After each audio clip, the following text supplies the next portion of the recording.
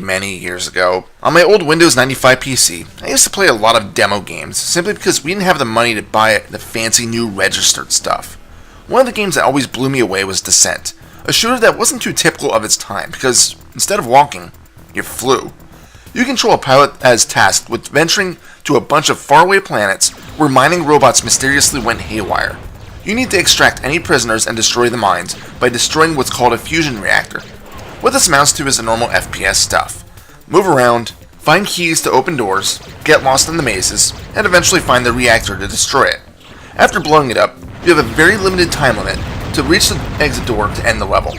It may sound complicated, but I promise, it's not. Before you actually start, you get a briefing from some dude in a suit. What's funny about this is your character remarks on everything he says. So yeah, you get full control over where you pilot your craft. Because of this, the controls may feel awkward at first. Truthfully, it took me a few edits to the input controls before I finally found a layout I liked. I ended up using the ASWD keys to move forward and back and slide left and right, and the normal arrow keys act as the look keys, kind of like mouse control. This felt comfortable to me, but your mileage may vary. The HUD may look intimidating, but really, it's not so bad. It shows your current primary and secondary weapons equipped, along with your energy and shield levels. Let me explain these. Think of it as your primary ammo and health. Shield is the more critical of the two, as if this is depleted, you go boom. The energy, on the other hand, can be refilled much easier by finding these yellow fields, as it will increase the energy level back to a maximum of 100. If you collect the power-ups though, your energy and shield can reach a limit of 200. There's actually a fairly large amount of weapons that you can obtain in the game. You start with a simple laser and concussion missiles, which fly in a straight line and blow up when they hit something. You can find homing missiles, which obviously lock on your target. Proximity bombs can be dropped behind you if you're fleeing from a massive crafts. There's a Vulcan cannon, which has its own ammo, so it's great if you're running low in energy. There's a spread shot, which fires 3 shots in an alternating horizontal or vertical line. And once you reach the second act of the game, you can find more fun stuff, like the particle cannon. This review was the first time I've seen this, since the demo ended after the first boss, so I was having a bit of fun with it. Obviously, the more powerful the primary gun, the quicker it's going to eat up your ammo reserves. I will say this though, you're going to need all the weaponry you can find because this game is not easy by any means. Sure, it starts out simple enough, but once you start getting more of the robots that fire homing rockets on you, you're going to start getting pissed. Plus, this noise? That's when you panic as these enemies carry their own Vulcan cannons, so they will rip you apart very quickly. In fact, once I got past the first boss, I started to get destroyed more and more frequently. You do have lives in the game, but the game does throw you a bone if you die. You lose all of your equipment. However, you can reacquire everything if you reach the point you blew up and drive over everything that was dropped.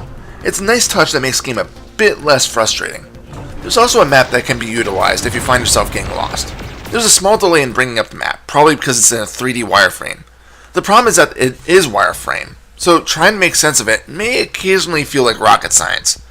The game highlights locked doors, the exit, and the reactor, but other than that, it's just white lines.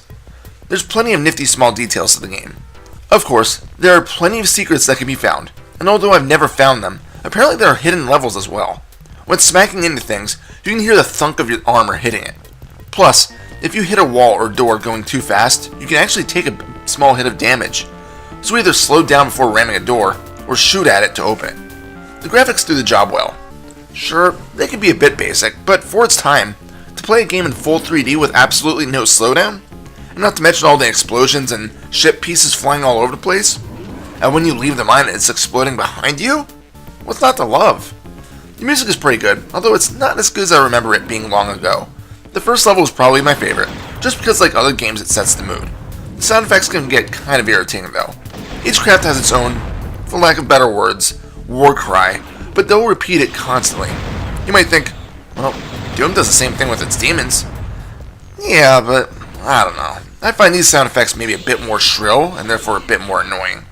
Overall, Descent is a fantastic game, although it does get a bit unfair once you hit the double digits of levels. The enemies have more violent weaponry and get more aggressive, and therefore a lot more deadly. But there's ways to circumvent this. There are 5 difficulty levels, and I think I may have been playing on one of the harder ones. Oops. Then again, if you get stuck too much, since this is an old DOS game, of course there are cheat codes, some of them granting invulnerability. Seriously, I wouldn't judge you if you used it. In any case, this game definitely deserves to be checked out, especially since there are currently 2 other games out there in the series with a 4th being developed. I haven't tried the other 2 yet, but I'll get there eventually. But if you want to play it, GOG has it on sale frequently, so keep an eye out there. Final score? 8 out of 10. This is Reaper. Happy fragging.